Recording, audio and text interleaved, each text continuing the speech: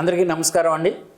చాలా రోజుల తర్వాత ఫేస్ టు ఫేస్ ఇంటర్వ్యూలు ప్రారంభించాలనుకున్న కొత్త గవర్నమెంట్ వచ్చాక అందులో మన ప్రాంతానికి ఎంతో ఇంపార్టెంట్ అన్న నాయకులు మన కరాట రాంబాబు గారు చాలామంది ఇప్పటికీ అడుగుతున్నారు. గవర్నమెంట్ వచ్చింది, రాంబాబు గారు పెద్దగా ఉన్నారు, ఎందుకంటే కూటమితో ఇక్కడ గవర్నమెంట్ ఫామ్ చేయడం, కూటమిలో ఉన్న పెద్ద ఆయనగా ఆయన ఉండడం, ఇక్కడ గత కాలంలో జరిగిపోయిన సంవత్సరాల్లో మన రాజశేఖర రెడ్డి గారు ఉండొచ్చు, అంతకుముందు వెంకటరావు గారు ఉన్నప్పుడు అవచ్చు, ఆ కుటుంబం కరాట వారి కుటుంబం ముఖ్యంగా రాంబాబు గారు సాధించిన విజయాల గురించి మనం ఎన్నోసార్లు వార్తల్లో చెప్పుకున్నాం, మనందరికీ తెలిసిందే. అయితే అటువంటి ఆయన సారథ్యంలో నడపబడుతున్న ప్రభుత్వం ఏర్పడడం మన ప్రాంతానికి, రాంబాబు గారు దాని పెద్ద దిక్కుగా ఈ ప్రాంతానికి ఉండడంతో ఎంతో మంది ఆశలు పెట్టుకొని ఈ ప్రాంతానికి ఏమి అభివృద్ధులు జరుగుతాయి, ఏం చేయబోతుందో ఇప్పటివరకు ఏం జరిగింది అని ఉత్సాహంగా ఉండడంతో ఖచ్చితంగా ఒక ఇంటర్వ్యూ అనేది పెద్ద ఆయనతో చేయాలన్న ఉత్సాహంతో ఈ రోజున ఆయన నూతనంగా మన జంగారెడ్డి గతంలో బుట్టగడంలో ఉండారు, ఇప్పుడు నూతనంగా విల్లాస్లోకి వచ్చి ఇక్కడికి రావడం నేను చాలా సంతోషం. నేను కూడా ఆయన సరసనే, ఆయన వెనకాల ఇంట్లోనే నేను కూడా విల్లాలో ఉండడం, ఆయనతో కలిసి ఖచ్చితంగా ఇంటర్వ్యూ అడగగానే ఆయనకి ఎన్నో పనులున్నా ఈ రోజున 4:30 కూడా బయట పనులు చూసుకొని వచ్చి ఇప్పుడు ఎంట్రీలో ఆయన కూర్చోవడం సంతోషం. అయితే ఏమేమి ఆయన ముందు పెట్టుకున్నారో, రాబోయే రోజుల్లో ప్రణాళికలు కానీ ఎలా రచించుకున్నారో తెలుసుకుందాం. సార్ నమస్తే. సార్ నమస్తే. ఈ రోజున చాలా రోజులు ఏంటంటే మీతో ఇంటర్వ్యూ చేసి, ఖచ్చితంగా నేను ఇందాక చెప్పినట్టుగా ప్రజలందరికీ చాలా ఆశగా ఎక్కువగా ఉంది. ఎందుకంటే మీరు చేసిన పనులు అవ్వచ్చు, అంతకుముందు మీ బాబాయ్ గారి టైం అవ్వచ్చు, తర్వాత కంటిన్యూగా మీరు హయాంలో ఉన్న ప్రభుత్వాలు రాడు. ఈవెన్ మీకు గుర్తున్నలేదు సార్, నాకు చిన్నతనం అంటే ఒక టీనేజ్లో ఉన్నాను.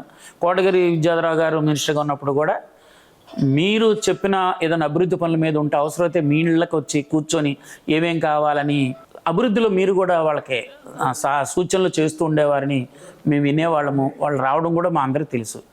మళ్ళీ ప్రజలు ఏంటంటే ఖచ్చితంగా రాంబాబు గారు లాంటి సీనియర్ వ్యక్తి ఈ ప్రాంతానికి సారథ్యం వహిస్తున్నారు. ఎందుకు కూటమి ప్రభుత్వం అంటే 3 పార్టీలు కలిసినా మీరే పెద్దవారు గట్టి అందరూ మీరు చెప్పినట్లుగా నడుస్తారు, జరుగుతాయని ఆశతో ఉన్నారు సార్. అందుకే నేను ఇంటర్వ్యూ ప్లాన్ చేశాం. అయితే ముఖ్యంగా ఫస్ట్ క్వశ్చన్ చాలామందికి స్పెక్యులేట్ అవుతుందండి క్వశ్చన్స్. రాంబాబు గారు కాంగ్రెస్ని పక్కా ఎప్పటి నుంచో అది గుర్తింపు పెద్దల నుంచి కూడా. ఈ ఎలక్షన్ ముందు 2020 గతంలో ఏం జరిగిందో కానీ అవి ఎన్నో ఇంటర్వ్యూలో మనం డిస్కస్ చేసుకున్నాం. కానీ 2024 ఎలక్షన్స్కి ముందు మీరు పవన్ కళ్యాణ్ గారిని వెళ్ళి కలవడం, అంటే మేము వార్తల్లో చూడడం అన్నీ జరిగింది. కానీ ఎక్కడా మీరు అప్పటి వరకున్న కాంగ్రెస్ పార్టీని వీడి అఫీషియల్గా జనసేనలో జాయిన్ అయినట్టుగా ఎక్కడ మాకు మీడియాకి ఎక్కడ దొరకలేదు, అలాగే ప్రజలు కూడా తెలియలేదు. కానీ మీరు చేయవలసిన పనులు చేసుకోవడం, మీకు నచ్చిన క్యాండిడేట్ని గెలిపించుకోవడం అంతా జరిగిపోయింది. అసలు ఇది ఎలా సార్ జనాల్లో ఉన్నది, ఇది జరిగిందా? మీరు నన్ను కాంగ్రెస్ పార్టీ సభ్యత్వం తీసేశారు, వాళ్ళే తీసేశారు. ఇక్కడ లోకల్ నాయకులు కానీ అందరూ కలిసి తీసేశారు. అయినా చాలామంది కాంగ్రెస్ నాయకులు నాతో మాట్లాడటం జరిగింది. మాట్లాడినప్పుడు వీళ్ళందరికీ ఇష్టం లేనప్పుడు నాకేం ఇదేం కాదు, నేను అసలు కమ్యూనిస్ట్ పార్టీ నుంచి వచ్చాను. నేను పవన్ కళ్యాణ్ గారు ఆయన టికెట్ ఇచ్చినప్పుడు బీఫామ్ నాతోటి ఇప్పించాడు ఆయన. అవును, చూసాను. అంతకుముందు లెటర్ ఇచ్చినప్పుడు కూడా నన్ను స్టేజ్ మీదకి వస్తేనే ఆయన ఇవ్వటం జరిగింది. అప్పటి నుంచి జనసేనలో కంటిన్యూ. అంటే సార్ కారణాలు ఏమై ఉంటారు కాంగ్రెస్ పార్టీలో తీసేయాల్సినంత? మీరు ఎన్ని కార్యక్రమాలు చేయించారు, ఏదైనా ముఖ్యమంత్రులు వచ్చిన జనసమైక్యాలు వచ్చు, ఏర్పాట్లు అవచ్చు, చాలా బాగా జరిగినాయి కదా. మీరు ఏం జరిగి ఉంటుందని మీరు విశ్లేషణగా చెప్పగలరా? ఎలాగా ఇప్పుడు కాంగ్రెస్ పార్టీని మొన్న వాళ్ళే తీసేశారు అని అంటున్నారు కదా. అంటే కొంతమంది మరి తీసేశారు, మరి ఏ రకంగా జరిగిందో నాకు తెలియదు. అదేం పెద్ద పట్టించుకోలేదు. పవన్ కళ్యాణ్ గారి మట్టుకి రాంబాబు గారు మీరే నెక్కించుకుని రావాలి మీరు ఈ పార్టీలో. అంటే నేను మీ ఏజ్కి నేను కండువా వేయలేను, మీ సీనియారిటీ ఏజ్కి మిమ్మల్ని కండువా వేయలేను, మీ భుజం మీద చెయ్యేస్తాను, నా భుజం మీద మీరు చెయ్యండి అని. ఆ ఫోటో కూడా ఎక్కడ ఉండాలి.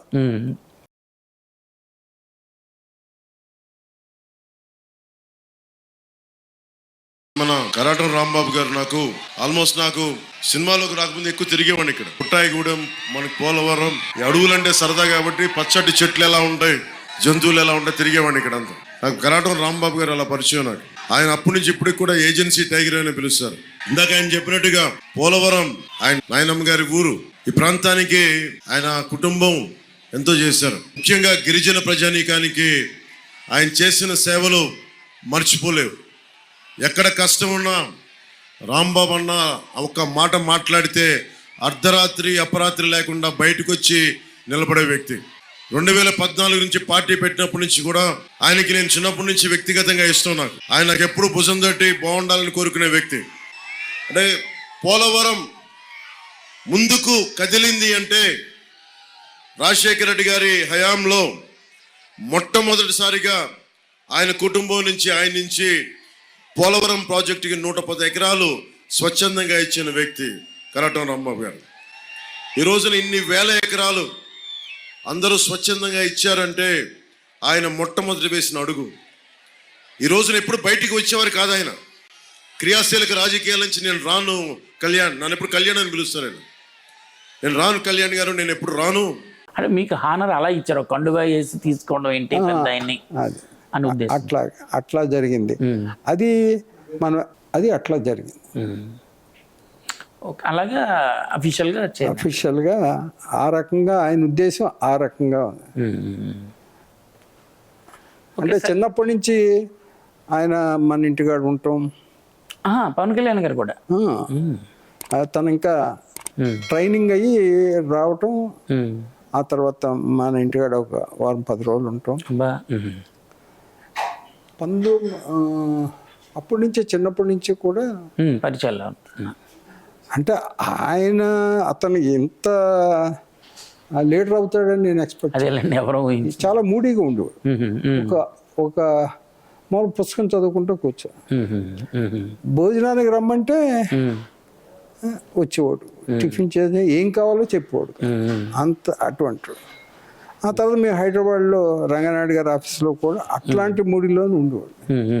అది ఏ సంవత్సరాల్లో సార్ మీ ఇంటికి వచ్చారు అని గుర్తుంటుందా మీకు? సుమారుగా 30 years అయింది. 30 years, 35 years. Okay sir. అయితే ఇప్పుడు మీరు ఎమ్మెల్యే టికెట్ విషయంలో చాలా అక్కడ జరిగినాయి. ఎందుకంటే తెలుగుదేశం పార్టీ వారికి రావాలని వాళ్ళు ఆశపడ్డారు. అయితే మీరు నేనున్నాను కదా, నేను చెప్పిన క్యాండిడేట్కి రావాలి, మీరు మొత్తానికి మీరు టికెట్ సాధించుకోవడం అదే జరిగిపోయింది. ఎమ్మెల్యేగా ఆయన గెలవడం, ప్రభుత్వం రావడం అంత జరిగింది. సరే, ఇప్పుడు ఇక్కడున్న ఎమ్మెల్యే ఎవరైతే ఉన్నారో బాలరాజు, ఆయన ఈ 10 నెలల కాలం మీద సమీక్ష చేయమని చెప్తే మీరేం చెప్తారు? పాలన ఎలా ఉంది ఏంటి? ఇంకా అంటే గవర్నమెంట్ దగ్గర డబ్బు లేదు. అయినా ఎన్ఆర్జిఎస్లో పవన్ కళ్యాణ్ గారు ఆయన చాలా గ్రాంట్స్ ఇచ్చి పంచాయతీలు రోడ్స్ చేయటం జరిగింది.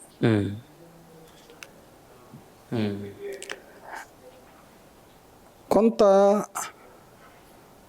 ఇంకా మన కాన్స్టెన్స్ అన్నీ కూడా, మన అప్లాండ్లో ఉన్న కాన్స్టెన్స్ అన్నీ కూడా ఒక ఊరికి 10 కిలోమీటర్లు. అవునండి. ఎంత చేసినా, ఎంత గ్రాంట్ వచ్చినా, ఎన్ని కోట్లు వచ్చినా సరిపోయే పొజిషన్లో లేదు. కొద్దిగా అసంతృప్తి ఉంది. ప్రజలు ఇంకా అది చేయలేదు, ఇది చేయలేదు. అంటే విడిగా ఎమ్మెల్యే వర్క్స్ మీద జరగలేదు, అభివృద్ధి జరగలేదు 10 నెలలలో. తెలియక అది మ్యాక్సిమం కొన్ని రోడ్లు వేయటం జరిగింది. ఇంకా ఇప్పుడు బుట్టాడు జంగాడు రోడ్డు కూడా చేయడం జరిగింది. ఇప్పుడు ఏలూరు జంగాడు రోడ్డు కూడా వర్క్ జరుగుతుంది. అదే ముఖ్యంగా మీ ఎమ్మెల్యే గారు గురించి అయితే, అదే మీరు నిలబెట్టి టికెట్ తీసుకొచ్చారు, అంత బాగా వర్క్ చేశారు, గెలిచిన వాళ్ళందరూ మీ అన్నదమ్ములు అందరూ కలిసి. కాకపోతే ఈ మధ్యకాలంలో రాంబాబు గారితో అంత దూరం మెయింటైన్ చేస్తున్నారు అని స్పెక్యులేటింగ్ జరుగుతున్నది. అది వాస్తవం అంటారా? అంటే తను చేసుకెళ్ళిపోవడం, అది ఇప్పుడు గెలిపించారు అయిపోయింది అని స్పెక్యులేషన్ జరుగుతుంది. అది నిజం అంటారా? ఏం కావు, అతను చాలా గౌరవంగా ఉంటాడు. మంచివాడే, కాదంటే ఛాన్స్ లేదు. అది ఎలా అనుకుంటారంటే ప్రతివాడు రోజు మన ఇంటికాడ కూర్చోాలనుకుంటారు. ఒక ఒక మండల ప్రెసిడెంట్ ఉన్నాయంటే మన దగ్గర ఎందుకు కూర్చోట్లేదు, అది కరెక్ట్ కాదు కదా. ఇప్పుడు కొన్ని కొన్ని కొన్ని బాధ్యతలు ఉంటాయి కదా వాళ్ళకి. మంచి వ్యవహారాలు ఉంటే, పెద్ద రోడ్లు గొడవ ఇవి ఉంటే నన్ను కన్సల్ట్ చేస్తాడు, నేను చేస్తూ ఉంటాను ఎక్కడికెక్కడికి వెళ్ళాలి. అలాగే పవన్ గారితో సత్సంబంధాలు ఇప్పుడు ఎలా ఉన్నాయి అంటే, టికెట్ ఇచ్చినప్పటికి ఇప్పుడు కూడా సేమ్ అదే, ఏదైనా మీరు వెళ్ళవలసి వచ్చినా పని ఉండి వచ్చిన వెంటనే మీకు ఆయన అపాయింట్మెంట్ దొరకడం, అసలు ఏదైనా ఒక ప్రాజెక్ట్ గురించి మాట్లాడాలి మన సపోజ్ పవన్ కళ్యాణ్ గారు మన ఎస్టీ ఏరియాల్లో ఎక్కువగా తిరిగి, ఎప్పుడు డోలీతో తిరిగే రోడ్లు కూడా ఆయన స్వయంగా నైట్ ఉండిపోయి చేయించుకుంటూ వస్తున్నారు కదా. అలాగే మన ప్రాంతానికి అలాంటివన్నీ గుర్తించి అలా పవన్ కళ్యాణ్ గారిని కూడా మన ఏరియా తీసుకొచ్చి ఏమైనా పని చేయించి ఇమీడియట్గా చాలా స్పీడ్గా జరిగినాయని అనేక న్యూస్ ఛానల్స్లో మనం చూసాం. అంటే ఆయనతోటి ఇప్పుడు ఎవరికి పని లేదు, ఆయన ఇవ్వాల్సిన రోడ్స్ అన్నీ ఇచ్చేసాడు మన నియోజకవర్గానికి. అన్నిటికీ ఎన్ఆర్జీఎస్లో చాలా మట్టుకి, పిఆర్లో కూడా చాలా వర్క్స్ జరిగినాయి. ఆయన మనం డిస్టర్బ్ చేయటం, సినిమా ఒకటి ఉంది, వాళ్ళు రోజు సినిమా వాళ్ళు ఆయన పేకల మీద కూర్చుంటారు, షూటింగ్ ఖాళీ ఉండదు.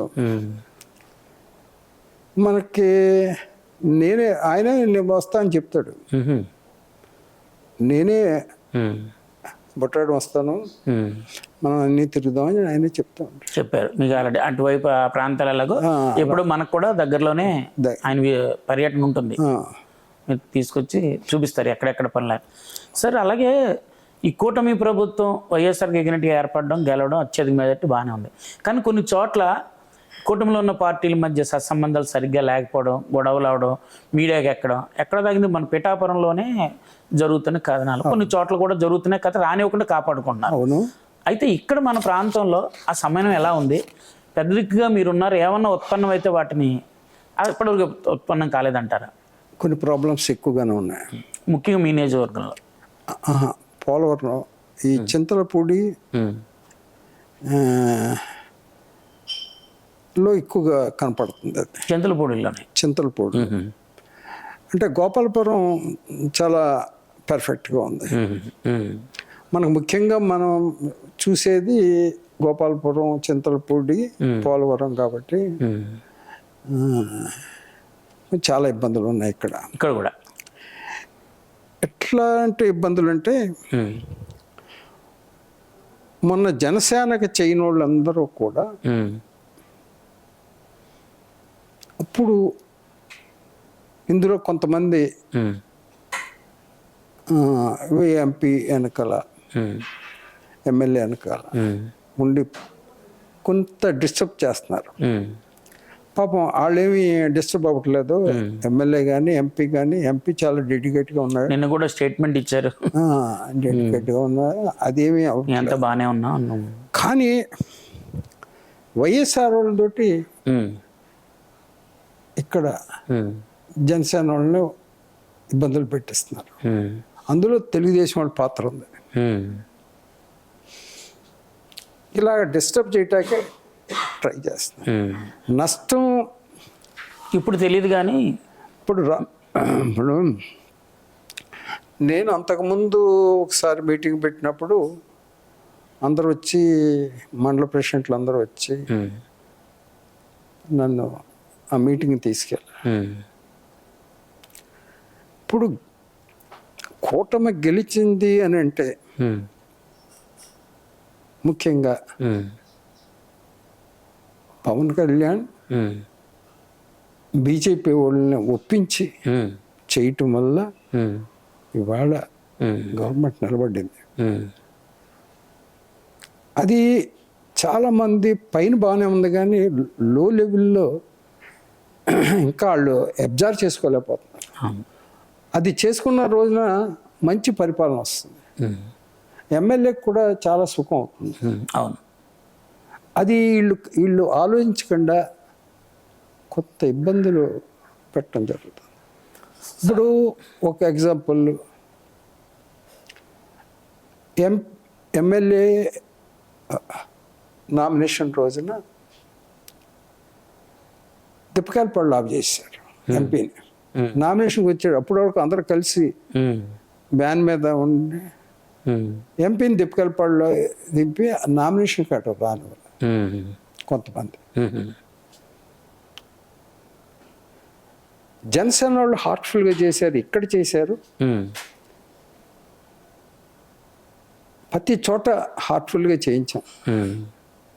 కానీ వాళ్ళు పోలవరం వచ్చేటప్పటికి చాలా ఇబ్బందులు, కొంతమంది ఎలక్షన్ టైంలో ఎలక్షన్ టైం ఇప్పుడు బాగానే ఉందంటారా పోలవరం నియోజకవర్గం? లేదు, అది కంటిన్యూ అవుతుంది. కంటిన్యూ అయినా పెద్ద లెక్క చేయట్లేదు. అదే అంటే పెద్ద స్థాయిలో లేవు, అది కొంత ఉంటే మీ స్థాయిలోనే సాల్వ్ అవుతుంది. ఓకే, ఇది అంటే మీరు పెద్దదిగా ఉన్నారు కాబట్టి కొంతవరకు, కానీ దీని ఇంపాక్ట్ అనేది రేపు ఎలక్షన్, మళ్ళీ ఎలక్షన్ వచ్చే టైంకి లోకల్ బాడీస్లో లోకల్ ఎలక్షన్ కూడా దగ్గరలో ఉన్నాయి, లోకల్ బాడీస్ ఉన్నాయి, అది గుర్తించట్లేదు. అవును, మే జనసేన లేకపోయినా మేము నెగ్గుతామనే మైండ్ సెట్ కొంతమందిలో ఉంది. అదే అది పోవాలి. అది కింది స్థాయిలో ఉంది, కానీ ఆ నాయకులకి అయితే ఎక్కడ అటువంటి పదం దాటట్లేదు. వాళ్ళు అక్కడ ఏమీ లేదు, అవునండి, అక్కడ ఏం లేదు. ఇక్కడ వీళ్ళు మైండ్ సెట్ చేయవలసిన బాధ్యత వాళ్ళిద్దరి మీద ఉంది. ఏ పార్టీకి ఆ పార్టీ వాళ్ళు జాగ్రత్తలు చెప్పుకోవాలి. అది వచ్చి మీటింగ్ పెట్టి, ఇన్ఛార్జీలతో మీటింగ్ పెట్టి వాళ్ళని మరి ఈ విషయం పై లెవెల్లో తెలియజేశారా మీ వరకు మీరు కూడా? అంటే ఒకసారి మీటింగ్ పెట్టి నేను చెప్పించాను. నేను చెప్పినప్పుడు ఆయన ఏం చేశాడంటే,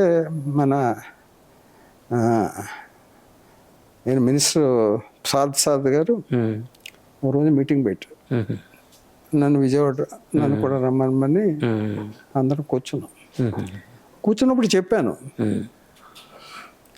ఇలా ఉంది పరిస్థితి. ఆయన నేను సరి చేస్తామని చెప్తా ఉంటాను. 2 పదవులన్నీ మాకు కావాలంటూ కరెక్ట్ కాదు. మార్కెటింగ్ చైర్మన్ తీసుకోమని, వైస్ చైర్మన్ జనసేనకి, కొన్ని ఏమో బీజేపీకి, మధ్య టెంపుల్ ఉంది, మధ్య టెంపుల్ జనసేనకి అడిగారు. నేను అడిగాను ఆ రోజున మినిస్టర్ గారిని అడిగాను, ఇవ్వండి. అలాగా సమన్వయం చేస్తే లోకల్ బాడీస్లో మనకు సేమ్ అదే ఇంపాక్ట్ కనబడుతుంది. అలాగే సార్, ఇందాక ఎంపీల గురించి చెప్పుకొచ్చారు కదా, సహజంగా ఒక పార్టీ గెలిచినప్పుడే ఎమ్మెల్యే ఎంపీ గారికి 2 గ్రూపులుగా విడిపోవడం గత 2 దఫాలు 3 దఫాల గురించి ఇక్కడ జరుగుతుంది.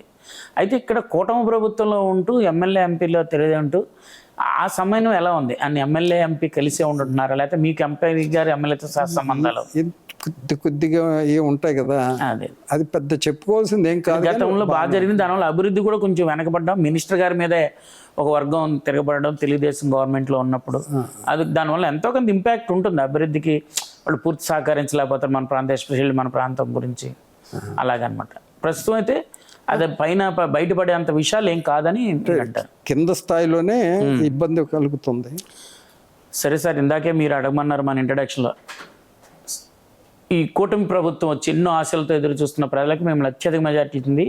ఈ 10 నెలల కాలంలో కూటమి అభివృద్ధి కార్యక్రమాలు ఏం చేసిందని చెప్పచ్చు. ఇంకా కొన్ని ఫండ్స్ లేక అయిందని ఇందాకేదో చెప్పుకుంటే, కానీ ఇప్పుడు విపులంగా 10 నెలల్లో అభివృద్ధి చేశాము, గత ప్రభుత్వం కన్నా బెటరే ఏం చేసేయడానికి చెప్పుకోవడానికి అంశాలు ఏమున్నాయి? రాష్ట్ర వ్యాప్తంగా అంటే నాకు అన్ని కాదు సార్, ఓవరాల్గా కొన్ని అంశాలు ఉంటాయిగా చెప్పుకోదగ్గ అంశాలు. అంటే రోడ్స్ని ఇమీడియట్గా చేస్తున్నారు, 2 వృద్ధా పెన్షన్, అది వాలంటీర్ల సహాయం కాకపోయినా వీళ్ళతో ఇప్పిస్తున్నారు పర్ఫెక్ట్గా, అది ఒకటే వెళ్తుంది. ఇంకా ఆరోగ్యశ్రీ, అది కూడా దాన్ని మానిటరింగ్ చేస్తున్నారు, ఇంకా మానిటరింగ్ చేయవలసిన బాధ్యత ఉంది. అలాగే ఉద్యోగస్తులకి శాలరీస్ కూడా ఇన్ టైంలో పడుతుందని నేను పరిచయం చేసుకుని కొంతమంది చెప్పారు. గతం మీద చివరిలో ఇబ్బంది పడ్డాం మేము. ఇప్పుడు ఇందాక జనసేన తెలుగుదేశం కూటమి విషయంలో తెలుగుదేశం వెళ్ళి ఒక ఆఫీసర్ తోటి ఒకటి చెప్తున్నారు, జనసేన వాళ్ళు ఒకటి చెప్తున్నారు, పాపం బీజేపీ వాళ్ళు మాట్లాడట్లేదు. దానివల్ల చాలా డిస్టర్బ్ ఎక్కువగా కనపడుతుంది. దానివల్ల వాళ్ళ ఆఫీసర్స్ ఏం చేయాలి తీసుకోలేకపోతున్నారు. మళ్ళీ నాకు ఫోన్ చేస్తారు. మళ్ళీ ఎవరైతే చెప్పారో ఆ తెలుగుదేశం వాళ్ళు, ఆ చిన్న నాయకులు అయితే పిలిచి మాట్లాడటం సరి చేయవలసి వస్తుంది. చాలా ఇబ్బందికరంగా ఉంది. అది పాదసారథి గారు కొంత చేశారు. ఇన్ఛార్జ్ మంత్రి రావాలి, వీళ్ళందరూ మంత్రులందరూ రావాలి, లోకల్ బాడీస్ దగ్గరలో వచ్చేస్తాయి. వచ్చినప్పుడు అప్పటికప్పుడు చెయ్యాలంటే ఇంపాక్ట్ పడదు మనం చేయకపోతే, ముందుగానే సరిదిద్దుకోడు. ఇంత మనం ఆలోచించవలసింది ఏంటంటే, పవన్ కళ్యాణ్ జైలుకి వెళ్ళి ఆయనతోటి మనందరం కలిసి చేస్తున్నాం, మీరు ధైర్యంగా ఉండండి అని చెప్పినప్పుడు ఎంత గౌరవం ఇవ్వాల్సిన బాధ్యత ఉంది. ఆయన 2 ఫోటోలు పెట్టాలన్నారు ముఖ్యమంత్రి గారు, చాలా చోట్ల పెట్టరు. ఇలాంటి బాధ్యత అధికారులు కదండి. అధికారులు అంటే ఈ పార్టీ అభిమానులు ఏం కాదు, అధికారులే కదా. ఎమ్మెల్యేస్ కూడా అడగాలి కదా. ఇప్పుడు ఎలా వచ్చింది ఇంత ఇంత ఈ నెగ్గటాకల కారణం ఎవరు? ఈ కూటమిని కలిపింది ఎవరు? అది మర్చిపోకూడదు. అది వాళ్ళు మర్చిపోలే, వీళ్ళు మర్చిపోతున్నారు. అలా సార్, ఇప్పుడు అభివృద్ధి 10 నెలల అభివృద్ధి గురించి చెప్తే మీరు రోడ్లు అన్నారు, పింఛన్లు అన్నారు, ఉద్యోగస్తులు అన్నారు, ఆరోగ్యశ్రీ స్ట్రీమ్లైన్ అవుతుందన్నారు. అయితే మన ప్రాంతానికి సంబంధిస్తే ముఖ్యంగా పోలవరం, ఈ నియోజకవర్గంలో ఉంది పోలవరం ప్రాజెక్టు. ఎప్పటి నుంచి గొడవలు ఏంటంటే నిర్వాసితులకి సరైన సదుపాయాలు లేవు, ఇన్ టైంలో ఏర్పాటు చేయలేకపోయారు. ప్లస్ మొదటిసారి ఎవరైతే ఆ భూములు కోల్పోయిన వాళ్ళు చాలా తక్కువ డబ్బులు పడితే జగన్ గారు వచ్చి ఆ ఎలక్షన్లో నేను ఎక్కువ ఇస్తానని ఆయన అనౌన్స్ చేయడు. కానీ ఆయన గవర్నమెంట్ జరిగినంతకాలం అది ఇవ్వలేకపోయారు. మళ్ళీ చంద్రబాబు నాయుడు గారు వచ్చి నేను ఇస్తాను ఆ డబ్బులు పెంచి అన్నారు. వాళ్ళ పరిస్థితి ఏంటి? పెంచి ఇవ్వడానికి మీరు కూడా దస్త్రం పట్టుకొని నిర్మలా సీతారామన్ కలుస్తున్నారని ఒకటి వచ్చింది. ఏంటి సార్ అది ఎంతవరకు వచ్చింది? అది చంద్రబాబు నాయుడు గారు ఇస్తానలే, జగన్ ఇస్తానటం కరెక్ట్. అది అంటే 5 lakhs కట్. అంతకుముందు 120,20,000 ఇస్తే మిగతా బ్యాలెన్స్ ఇవ్వటానికి అవును అది జరిగింది. అది అంతలో గవర్నమెంట్ పోయింది. మొట్టమొదటి ఇచ్చినప్పుడు state government project only state government take up చేసింది. అప్పుడు చంద్రబాబు నాయుడు గారే 2014 రాజశేఖర రెడ్డి గారు మొదలెట్టినప్పుడు స్టేట్ గవర్నమెంట్ ఫండ్స్ కట్టాలని ప్రారంభించారు దాన్ని. ప్రాజెక్ట్ సెంట్రల్ టేకప్ చేయలేదు. లేదు అవును. ఇప్పుడు సెంట్రల్ టేకప్ చేసింది. అవును. అప్పుడు 1,20,000 ఇచ్చిన వాళ్ళకి మిగతా బ్యాలెన్స్ ఇవ్వాల్సిన ఆవశ్యకత ఉంది. నేను చంద్రబాబు నాయుడు గారిని అడిగితే ఆయన అన్నారు డబ్బులు లేవు అన్నారు. స్టేట్ గవర్నమెంట్కి సెంట్రల్ గవర్నమెంట్కి వచ్చినప్పుడు, సెంట్రల్ గవర్నమెంట్ టేకప్ చేసినప్పుడు ఈయన లెటర్ రాస్తే స్పెషల్ గ్రాంట్ ఇవ్వటానికి ఆస్కారం. వీళ్ళు అప్పుడు ఇచ్చినప్పుడు ఆ 1,20,000 రూపాయలు ఇచ్చినప్పుడు ఏం చేసుకోవాలో తెలియలేదు. బయట 5 లక్షలు ఉంది, ఆడైపోయి కూలికి వెళ్తున్నారు. అవును. దాని మీద మీరు కూడా నిర్మలా సీతారామన్ గారు అది వైజాగ్ వచ్చినప్పుడు నేను వెళ్ళినప్పుడు సోమవీర్రాజు గారికి ఫోన్ చేశాను. అంటే ఇది నేను ఆవిడని కలవాలి, ఇది సంగతి అని చెప్పి, మీరు ఎక్కడుంటున్నారని రాంబాబు గారు, నేను వెనకాల వస్తున్నాను, మీ వెనకాల ఎక్కడుంటున్నారంటే నేను క్లబ్లో, వాల్తేరు క్లబ్లో ఉంటాను. ఆయన వచ్చినప్పుడు ఆయన అంతా స్టడీ చేశారు. స్టడీ చేసినప్పుడు ఇప్పుడు కలవటం కరెక్ట్ కాదండి, సీఎం తోటి మాట్లాడాలి, సీఎం లెటర్ పెట్టేస్తే మనం అప్పుడు ఆవిడ దగ్గరికి వెళ్ళి ఫైనాన్స్ మినిస్టర్ దగ్గరికి వెళ్ళి ఏ అకౌంట్ నుంచి ఇవ్వాలో అప్పుడు ఏదన్నా జరుగుద్ది అని ఆయన ఆఫ్ చేశారు. ఆవిడ నాకు తెలుసు, ఆవిడ బాగా పరిచయం. మొగల్తూరు కోడలు ఆవిడ. అప్పుడు నాకు ఆయన విజయ్ కుమార్ రాజు గారు, ఎంపీ విజయ్ కుమార్ రాజు గారు పరిచయం చేశారు వాళ్ళ ఫ్యామిలీని. పరిచయం చేసిన కాడి నుంచి మేము. అవునా? ఏదైనా మన ప్రాంత సమస్య కాబట్టి న్యాయమైన కోరిక కాబట్టి దాని మీద చివరి వరకు పోరాడమని ఆ కమిటీ సభ్యులు మీకు ఎంట్రీలో చెప్పమని. అంటే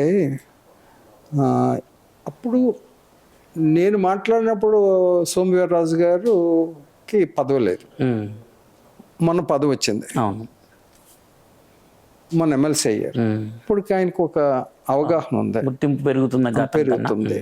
ఆయన అంటాం మనం సీఎం గారి దగ్గరికి వెళ్దాం, పవన్ గారి దగ్గరికి వెళ్దాం అని చెప్పడం జరిగింది.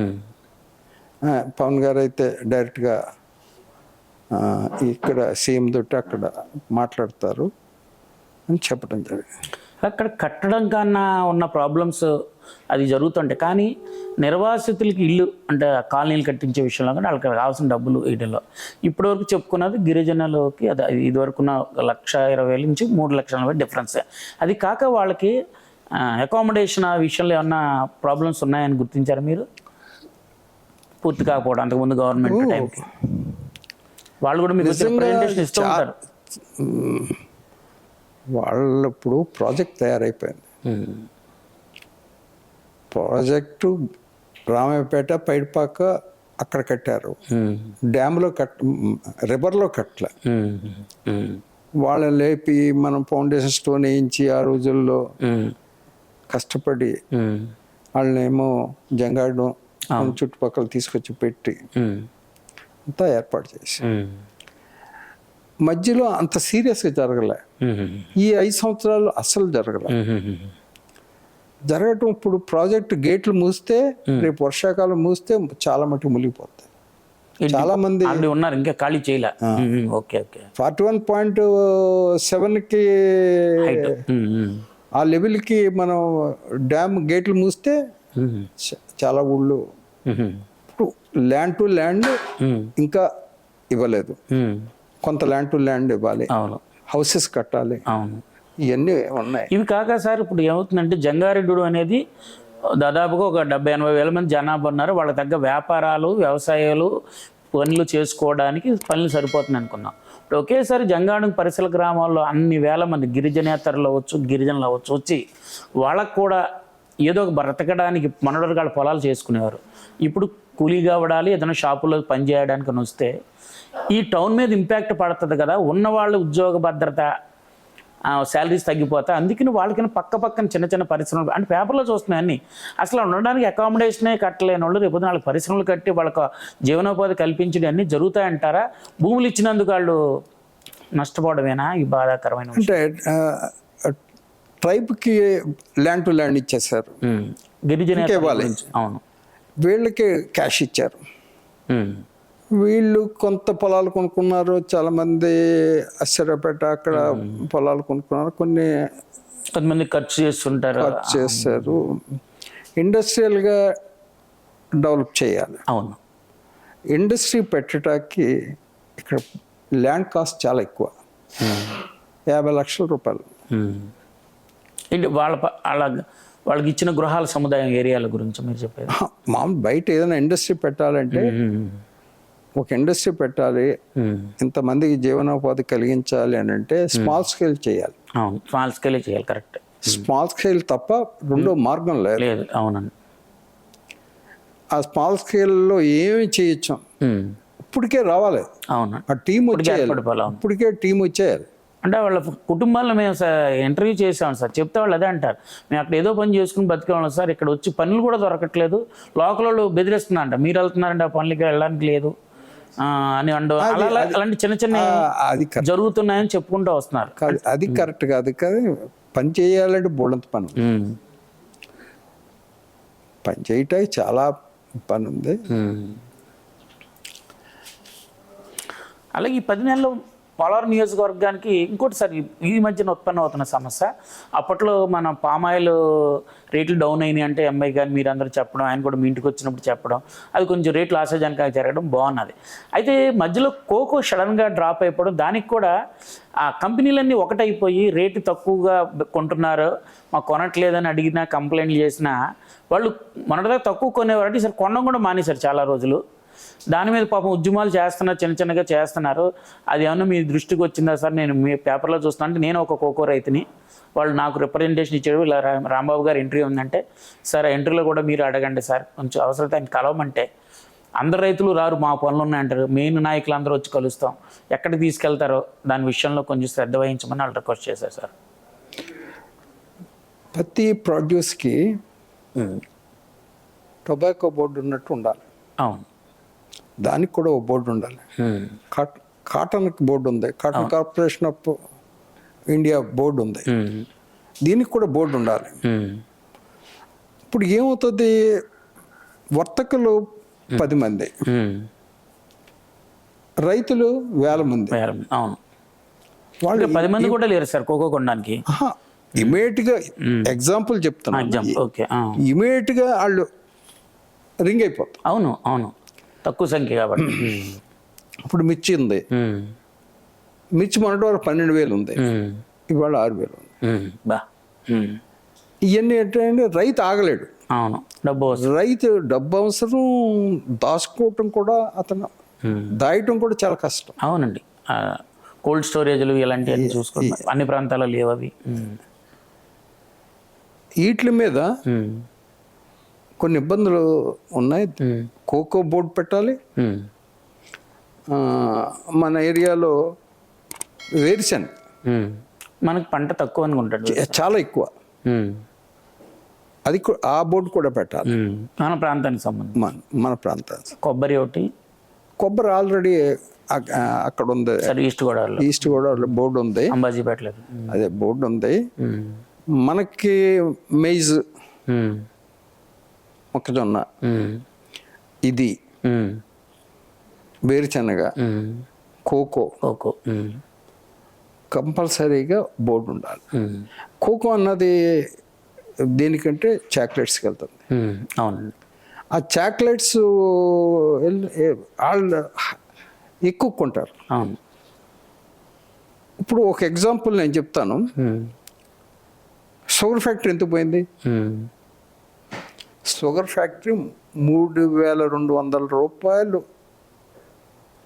క్వింటాల్కి, 3,200 అతి తక్కువ. షుగర్ మార్కెట్లో తక్కువ. ఫ్యాక్టరీ ఏమంటాడు, లాస్ చెప్తా ఉంటాడు. అంత ఫ్యాక్టరీకి మొలాసెస్ మీద మనకు 3,200 ఇస్తే 7,000 రూపాయలు మొలాసెస్ మీద వస్తాయి. 2 ఫైర్ బ్రిక్ ఉంటుంది, ఈ చెత్త ఉంటుంది కదా, ఒక కేక్ కింద తయారు చేస్తుంది, దాని మీద వస్తుంది.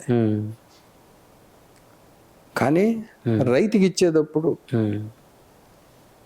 అనేక ఇబ్బందులు పెట్టి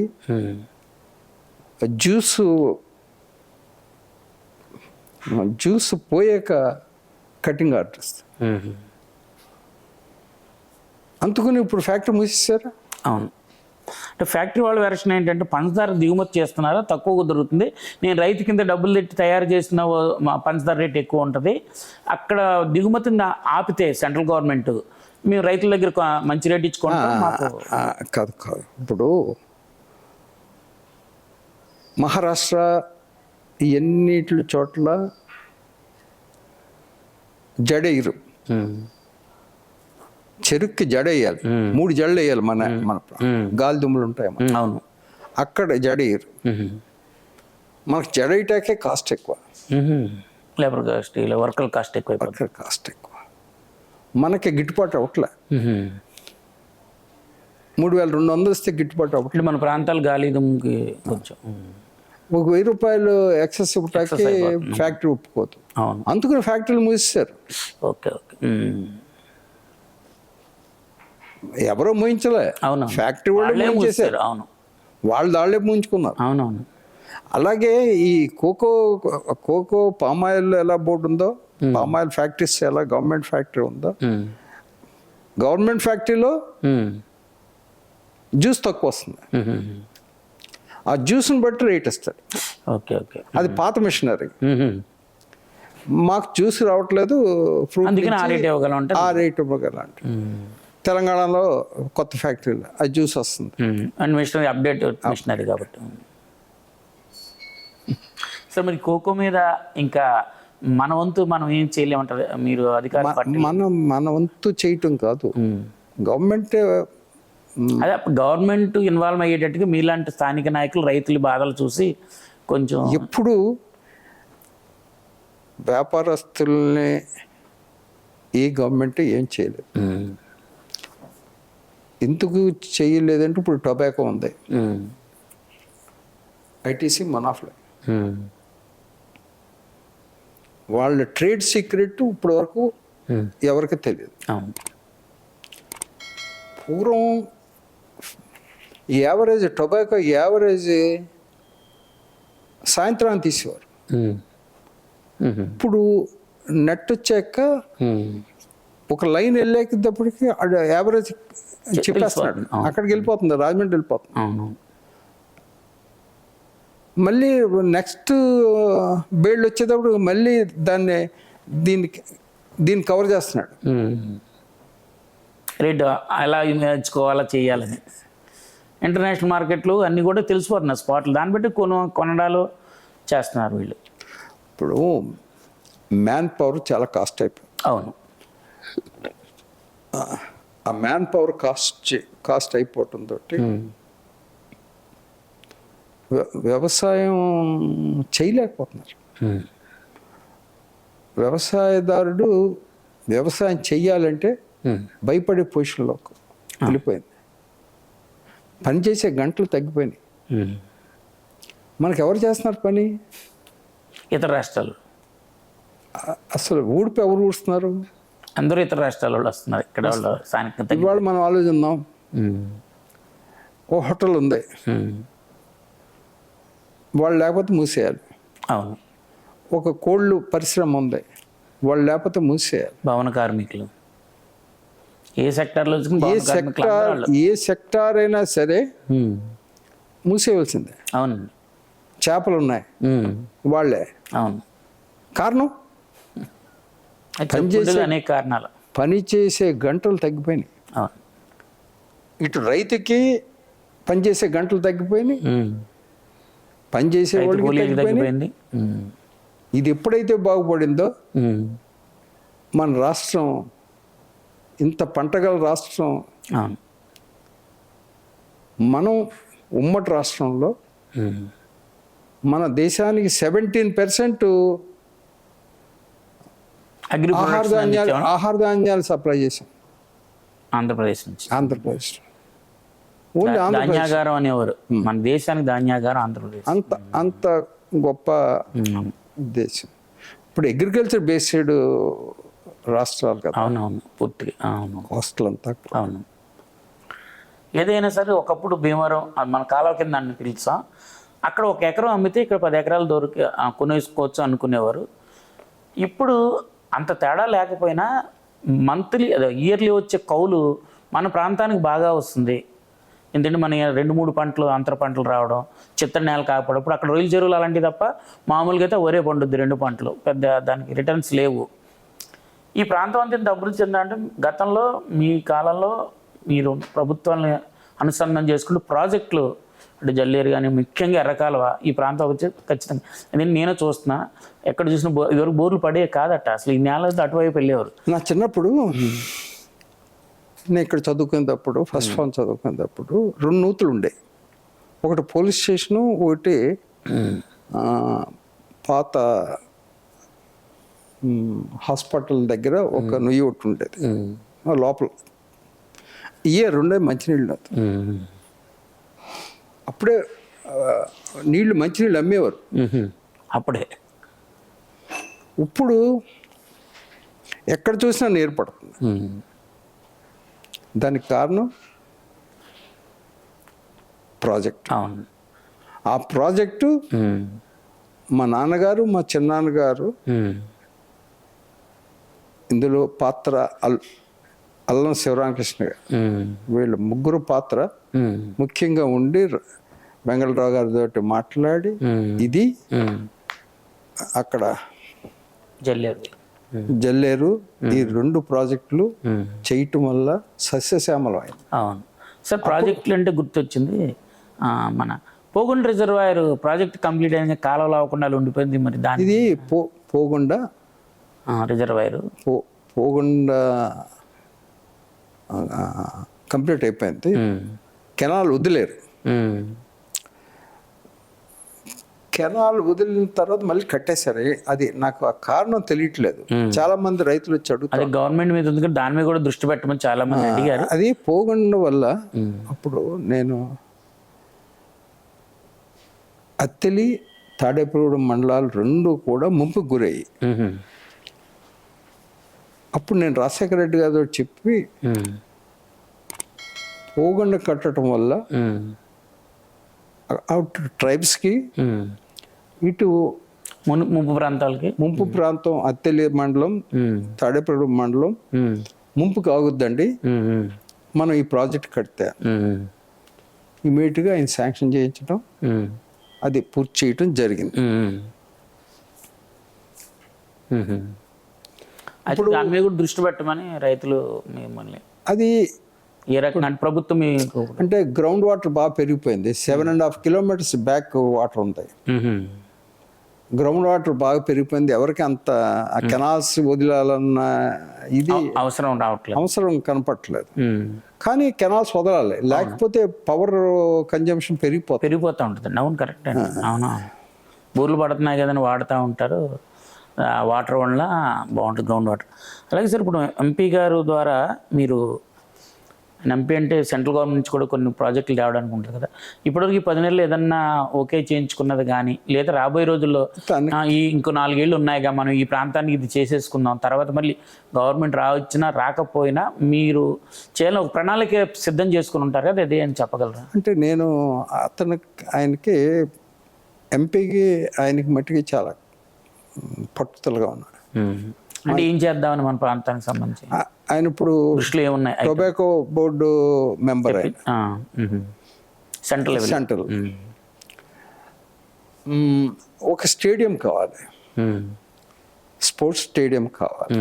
మన ప్రాంతంలో ఎక్కడా లేదు.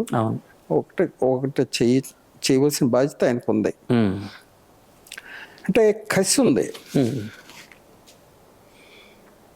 చాలా కసిగా. మనం డైరెక్షన్ ఇస్తే చాలా కసిగా ఆయన చేస్తున్నాడు. వీటి మీద కూడా రివ్యూ పెట్టినప్పుడు నన్ను కూడా ఆయన పిలిచాడు.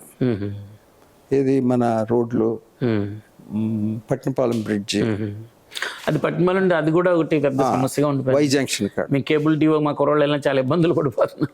అంటే ఒకసారి 16 మంది చనిపోయారు. అవునండి. ఒకసారి 2 చనిపోయారు. చాలామంది ఇలా చనిపోవటం, చాలామంది కొంతమందిని రక్షించారు, కొంతమంది తెలియక చనిపోయారు. అప్పుడు నేను అది శాంక్షన్ చేయించాను, ఆ బ్రిడ్జి. కొంత కట్టాక అప్పుడు తెలుగుదేశంలో ఉన్న నాయకులందరినీ కూడా కాంట్రాక్టర్కి ఒక 50 లక్షలు ఇప్పించండి, పూర్తి చేసి వెళ్ళిపోతాడు, అతను బిల్ తీసుకుంటా అంటే వీళ్ళు ఎవరో కూడా, అప్పుడు ఎమ్మెల్యే కూడా ఎవరో కూడా దీని మీద దృష్టి పెట్టలేదు. ఎన్నిసార్లు చెప్పాను. ఆ కాంట్రాక్టర్ నా దగ్గరికి వచ్చి గొడవ చేస్తే నేను ఊళ్ళో వాళ్ళందరూ కూడా గొడవ చేశాను. అది సగంలో ఆగిపోయింది.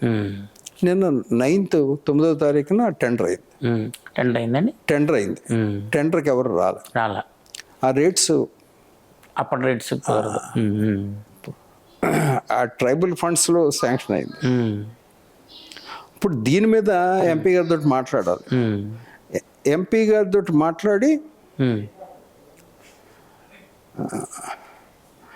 దీన్ని సొల్యూషన్ ఎలాగా, దీన్ని వై జంక్షన్ కూడా అది కూడా శాంక్షన్ అయింది.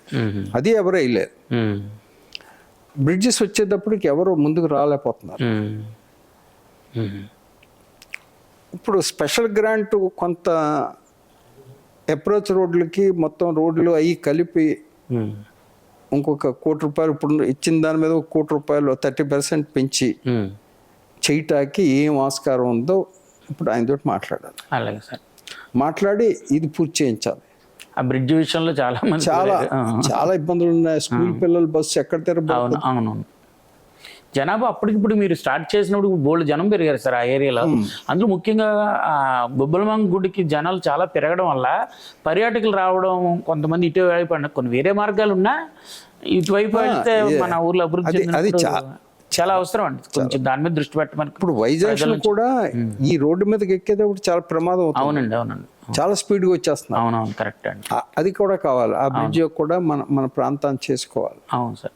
చివరిగా మీ జనసేన మంత్రి కందులు దుర్గేష్ గారు మన ప్రాంతంలో కూడా వాళ్ళ బంధువులు ఉండడం, ఏదో 7th క్లాస్ ఏదో ఇక్కడే చదివాను అని మనకి వచ్చినప్పుడు కూడా చెప్పడం, మంచి సత్సంబంధాలు ఉన్నాయి మన ఊరితో ఆయనకి. అవునవును. అయితే గతంలో చిరంజీవి గారు పర్యాటక శాఖ మంత్రి ఉన్నప్పుడు ఏదో 1-2 ప్రాజెక్టులు తేవడం, అక్కడ కట్టించడం మన ఎర్రకోల ప్రాజెక్ట్.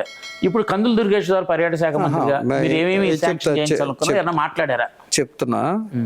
అప్పుడు చిరంజీవి ఆయనేమో సెంట్రల్ టూరిజం మినిస్టర్, ఇక్కడ వసంత్ గారు ఇక్కడ మినిస్టర్, స్టేట్ మినిస్టర్ టూరిజం. అప్పుడు మన ఎర్రకాల ఒక రిసార్ట్ శాంక్షన్ చేయించారు. మధ్యాహ్న స్వామి టెంపుల్ దగ్గర 70 లక్షల రూపాయలతో కళ్యాణ మండపం చేయించారు. వెనక ఉంది, గుడి వెనక పక్క ఉంది, అప్పుడు చేయించా. అలాగే పట్టిసీమ దగ్గర రిసార్ట్ శాంక్షన్ చేయించా. ఇప్పుడు ఎక్కడ దొరికితే ఫండ్స్ అక్కడి నుంచి పట్టుకొచ్చాం. ఇప్పుడు మీకు తెలుసో లేదో శ్రీను గారు, మన ఊరికి electrical office, electrical DE office పూర్వం నిడదోలు ఇల్లు కట్టవలసి వచ్చేది. అవును, నేను కూడా చిన్నప్పుడు పడ్డారు, చాలా మంది అవసరపడ్డారు. రంగానాయుడు గారు పవర్ మినిస్టర్, సెంట్రల్ ఉన్న పవర్ మినిస్టర్ ఉండగా శాంక్షన్ చేయించారు. అవును. ఆర్టీఓ ఆఫీస్ ఉంది, అది కొవ్వూరు వెళ్ళవలసి, అది తీసుకొచ్చి శాంక్షన్ చేయించారు. ఇలాగా మన ప్రాంతానికి అవసరం అయ్యేవన్నీ కూడా మీరు కోర్టు. మా కజిన్ బ్రదరు హైకోర్టు జడ్జి అవటంలో ఆయన అడ్వైజ్ తీసుకుని అప్పుడు కోర్టు శాంక్షన్ చేయొచ్చు. కొవ్వూరు వెళ్ళవలసి వచ్చేది. ఎన్నో యాక్సిడెంట్లు అయి చనిపోయారు. అప్పుడు శాంక్షన్. అవును. 100 బెడ్ సీఎం గారు 30 బెడ్ అంటే కాదండి, 100 బెడ్ అని కొట్టాలి, మీరు కొబ్బరికాయ కొట్టాలంటే ఆయన తప్పదన్నా అప్పుడు 100 బెడ్ అనుకోండి. ఇలాగా ఈ అవకాశాన్ని అన్ని అవకాశాలు వినియోగించి అన్ని రోడ్లు వేయించా, అన్ని బ్రిడ్జిలు కట్టించా. ఒకటి కాదు, అవుట్ఫాల్స్ లూయిస్ కట్టించా, అది నిడదోలు వరకు మునిగిపోతాయి. ఇది కోవాడ, అవునండి, నిడదోలు వరకు వాళ్ళకి తిండి ఉండేది కాదు. పోలవరం గట్టు ఆ ప్రాంతం అంతా కూడా ఎప్పుడు మునిగిపోవటం, ఎప్పుడు ఇసుక పెట్టలేయటం. మీరు ఇన్ని కార్యక్రమాలు చేశారు కాబట్టి సార్ ఈ రాబోయే 4 సంవత్సరాల్లో కూడా ఇంకేదైతే మీరు మీ అనుకున్నారో ఆ ప్రణాళికలను కంప్లీట్ చేస్తాను ఆశ పెట్టుకున్న జనం అవుతుంది. అలాగే అందుకని మేము సమస్యలు కూడా మీ ముందు ఉంచాను. రైతులు ఇవ్వచ్చు, లేకపోతే అన్ని సమాధానం చెప్పాను కదా. అవునవును, సమాధానం చెప్పారు. కష్టం సుఖం వ్యాపారస్తులు ఇది చెప్పాను కదా. ముఖ్యంగా ఏంటంటే ఇప్పుడు గౌరవిస్తారు, పదవులు ఉన్నప్పుడు చాలా గౌరవించేస్తారు. ఎదరో కారు, వెనకాల 4 కార్లు. పదవి పోయాక కూడా అలా ఉండాలి, అది ఆలోచించాలి. ఇప్పుడున్న పదవిలో ఉన్న వాళ్ళందరూ కూడా మనం అది నిలబెట్టుకోవడానికి ప్రయత్నించాలి. అది నిలబెట్టుకుంటా ప్రయత్నం. ఇది తాత్కాలికం అనుకోకూడదు. అది గుర్తెట్టు. అలాగే సార్, ఇప్పుడు చివరిగా లాస్ట్ క్వశ్చన్ సార్. ఇప్పుడు మీరు అన్నది కరెక్ట్. మీరు మీ తర్వాత తరాలకు చేసే రాజకీయం మన ప్రాంతంలో అయితే చాలా బాగుంటుంది సార్. ఎందుకంటే మీరు రాజకీయం చేయడం, రాజకీయం అంటే అభివృద్ధి చేయడం కోసం అధికార పార్టీలో ఉంటూ వీళ్ళందరితో మాట్లాడి ఇప్పటివరకు మీరు చేయించుకుంటూ వచ్చారు. ఇక్కడ నాయకులు కొంతమంది సహాయ సహకారాలు కూడబలుకొని. అయితే లేటెస్ట్గా వస్తున్న ఒక 45 ఏళ్ళు 50 ఏళ్ళ వయసులో ఉన్నవాళ్ళు కొత్తగా రాజకీయాల్లో వచ్చాడు. మీ శిష్యులుగా ఉన్నవాళ్ళు ఉంటారు, లేదా వేరే పార్టీ నుంచి వచ్చిన వాళ్ళు ఉంటారు. కానీ రాజకీయాలు చేయడం ఎలా మారిందంటే సార్, మీరు ఏ స్వార్థం లేకుండా అవసరం ఈ డబ్బులు ఎంత ఖర్చు పెట్టి, అంటే మీరు చేస్తున్న ఈ కృషికి మీరు ఒక పెద్ద వ్యాపారం మన ప్రాంతంలో వచ్చి హైదరాబాద్లో పడితే ఇంతకే బోల్డ్ డబ్బులు సంపాదించి ఉంటారు. కానీ మన ప్రాంతంలో ఉంటున్నాం, మాకేదో ఉన్నది చాలని మీరు ఎంత నిజాయితీగా ఉంటున్నాం. మీ ఇలాంటి 1-2 నాయకులు ఉన్నారు. కానీ ఈ మధ్యకాలంలో మన ఊరు కూడా పెరగడం, అనేక మంది ఇతర రాష్ట్రాల నుంచి రావడం, నేర ప్రవృత్తి పెరగడం, ఇలా జరుగుతూ పాత నుంచి ఉన్న నాయకులు కూడా కొన్ని అవినీతి కార్యక్రమాలు చేస్తున్నారు. ఏదైనా మీ దృష్టికి వచ్చినప్పుడు ఖచ్చితంగా మీ ముందు తీసుకొస్తాం. దాని మీద మీరు మాటిచ్చి ఏదైనా తప్పు జరిగితే నా పక్క తిరుగుతున్నవాడైనా బయటికి పంపిస్తానని హామీ మీ దగ్గర తీసుకోవాలని నేను ఈ రోజున లాస్ట్ క్వశ్చన్గా మిమ్మల్ని అడుగుతున్నాను. అంటే మీకు అంత పేరు ఉన్నది, అంటే మీరు కనీసం పోలీస్ స్టేషన్కి ఏదైనా మేము తప్పు చేస్తారు చాలా రికమెండ్ చేయండి అంటే ఆఫ్ ది రికార్డు తప్పు చేసా కూడా శిక్ష పడాలి, తప్పు కదా నీకు తెలుసు కదా తప్పు అని అనగలిగిన వ్యక్తి ఎన్నోసార్లు మేము చూసాం. కానీ ఇప్పుడున్న వ్యవస్థలో కొంతమంది అలా తయారవుతున్నారు కాబట్టి అటువంటి ఏదైనా మీ దృష్టికి తీసుకొచ్చిన రోజున. రాజకీయాలు 2 రకాలు. ఒకటి పోలీస్ రాజకీయం, ఒకటి అభివృద్ధి రాజకీయం.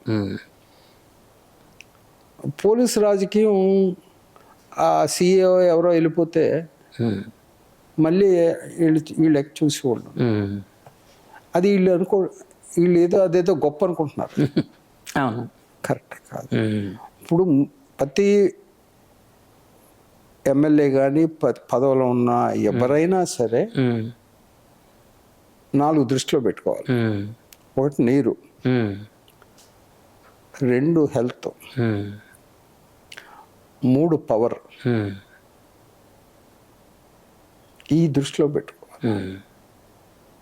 రోడ్స్ ఈ దృష్టిలో పెట్టుకుని నాయకుడు అన్నవాడు, పదవి ఉన్నవాళ్ళు దీని మీద వీళ్ళు కూడా కార్యకర్తలు నాయకులు కూడా రోడ్డు కావాలని అడగట్లే, నా పదవి కావాలని అడుగుతున్నారు.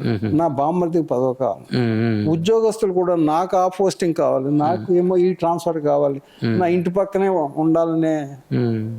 ఎమ్మెల్యేలకి ఇదే పని సరిపోతుంది. ఇప్పుడు మాకు మా ప్రాంతానికి మా ఊరికి రోడ్డు కావాలని అడిగిన వాళ్ళు చాలా తక్కువ మంది. అంటే అందరికీ స్వార్థం పెరిగిపోయి. ఇప్పుడు అతనికి ఏదైనా పదవి ఇస్తే మా బామ్మర్ది ఉన్నాడండి, మా బామ్మర్ది కూడా పదవి కావాలండి. ఎక్కడో ఉంటాడు, ఏం చేస్తే ఎమ్మెల్యే ఎక్కడి వరకు చేయగలండి ఎమ్మెల్యే. మనం కూడా ఆలోచిద్దాం. అది అలాంటివి వచ్చినప్పుడు పెద్దలుగా మీరు అవసరం కూర్చోబెట్టి మాట్లాడి, అంటే ఇప్పుడు మన అంటే ప్రతిదీ పోలీస్ స్టేషన్కి కోర్టు చుట్టూ తిరగలేని సమస్యలు ఉంటాయి సార్. మన MLA Chintalapudi MLA, Polavaram MLA వచ్చి మన హాలకాడ కూర్చుని నాతో కన్సల్ట్ చేసి చెప్తూ ఉంటాడు. ఇతను రానివారు కొంతమంది. ఇప్పుడు అతను వద్దామన్నా, సలహా అడుగుదామన్నా, అంటే మనం మరి ఆ సిస్టమ్ ఏంటో నాకు తెలియట్లే. ఇప్పుడు వాళ్ళకన్నా ఎక్కువ కష్టపడ్డాను నేనే. నాకు సొంతం ఏం పని ఏం లేదే. అవునవును, లేదు అలా లేదు కాబట్టి నాకు సొంత పని లేదు. మనం ఏంటి, మనం డైరెక్షన్ ఇస్తాం. మనం ఇలా వెళ్తే కలెక్టర్ దగ్గర ఇలా కూర్చుంటే మనం ఇది తెచ్చుకోవచ్చు. మన జిల్లా పరిషత్ మ్యాచింగ్ గ్రాంట్లో కలెక్టర్ దగ్గర కొంత ఫండ్ ఉంది, ఎన్ఆర్జీఎస్లో ఫండ్ ఉంది. 60% ఎన్ఆర్జీఎస్ ఇస్తే 40% జిల్లా పరిషత్ తీసుకోవచ్చు. ఇలాంటివన్నీ అడ్మినిస్ట్రేషన్ సంబంధించిన ఇవన్నీ చేసుకోవాలి. ఇప్పుడు నేను మన ప్రాంతంలో చూసింది అలా చేయించుకునేవాళ్ళు మన పార్లమెంట్లో చింతమనేని ప్రభాకర్ నెంబర్ 1. అతను చాలా స్లో అయిపోయాడు. ఇదివరకు లేడు మనిషి. నేను పవన్ కళ్యాణ్కి ఆయనకి మాట ఇచ్చాను, నేను ఎవరి మీద గొడవ పడినా. అతను ఎంతసేపు కలెక్టర్ దగ్గర తిరుగు, కోర్టు తిరుగు. నేను ఆ ప్రాంతం అంతా ఈ మధ్యకాలంలో తిరిగాను. ఎందుకు తిరిగాను అంటే ఏదో స్నేహితులు ఏదో చైరు ఉంది అది అంటే ఆ ప్రాంతం అంతా ఎక్కడ చూసినా అతనే రోడ్లు వేయించుకుంటున్నాడు. చేయించాలని పట్టుదల కసి మనిషికి. నాకు అంతకుముందు నచ్చలేదు. నాకు ఈ మధ్య కాలంలో నేను చూసిన దాంట్లో అతను నెంబర్ 1. ఇప్పుడు ఏలూరు ఎమ్మెల్యే ఉన్నాడు, మున్సిపాలిటీ అంత కార్పొరేషనే. అవునవును, వాళ్ళకి సాగిపోద్ది. రూరల్ గా ఉన్న వాళ్ళకి ఇబ్బంది. అవునవును, ఇది అభివృద్ధి చూపించాలి. అందులో పోలవరం నియోజకవర్గం ఇంకా కష్టం. ఇంత ఫారెస్ట్ ఏరియా, నదులు, ఇప్పుడు కాలువలు. అందరిని తీసుకుని కలెక్టర్ దగ్గరికి వెళ్ళి ఈ ఎమ్మెల్యే, ఈ పోలవరం ఎమ్మెల్యే కానీ చింతలపూడి ఎమ్మెల్యే, ఇంకో ఎమ్మెల్యే, వీళ్ళిద్దరు కూడా చాలా బాగా చేసుకుంటున్నారు. ఎవరు? గోపాలపురం, కొవ్వూరు కూడా. మన పార్లమెంట్ వచ్చేటప్పటికి మనం వెనకబడిపోయాం. మన చింతలపూడి కాన్స్టిట్యున్సీ వెనకబడింది రోడ్స్ విషయంలో. దాని నిదర్శనం ఏలూరు రోడ్డు తడికిలపూడి వరకు ఉన్న, అంటే ఆ రోడ్డు చేస్తున్నారు, ఇప్పుడు కూడా చేస్తున్నారు. దానికి ఏదో స్పెషల్ గ్రాంట్ ఏదో అడుగుతున్నారు. అది బిఓటి అయిపోతుందని కొంత అంటున్నారు. అవును, ఉంది. ఇవాళ సర్వే వాళ్ళు కూడా తిరుగుతున్నారు. అవునా? నేను ఇప్పుడే మన జిల్లా పరిషత్ చైర్మన్ పలకరించి వస్తాను, అందుకే లేట్ అయింది మీ దగ్గర. సార్, ఏదేమైనా మన ప్రాంతంలో ఇప్పుడు నేను అడిగిన ఇంటర్వ్యూలో కొంతమంది విజ్ఞాపనలను దృష్టిలో పెట్టుకొని ఖచ్చితంగా అభివృద్ధి వైపు నడిపించడానికి మీ వంతు కృషి చేస్తారని. ఒకటే, ఒక ఎమ్మెల్యే ఉన్నా, ఒక ఎంపీ ఉన్నా ఒకటే లెక్క. వాళ్ళకి పదవి కాలం అయిపోయాక ఈ కార్లు, ఈ గౌరవం ఉండాలి. అది చేసుకోగలిగినప్పుడు వాళ్ళు నిజమైన పదవి ఎంజాయ్ చేయటం వేరు, పదవిని యూటిలైజ్ చేయటం వేరు, ప్రజల అవసరాలు తీర్చడం వేరు. ప్రజలకు ఏ అవసరం ఉందో గుర్తించాలి. ఏ కష్టపడుతున్నాడు, ఏ రోడ్ లేక కష్టపడుతున్నాడు, ఏ నీళ్ళు లేక కష్టపడుతున్నాడు, మంచినీళ్ళు ఉన్నాయా,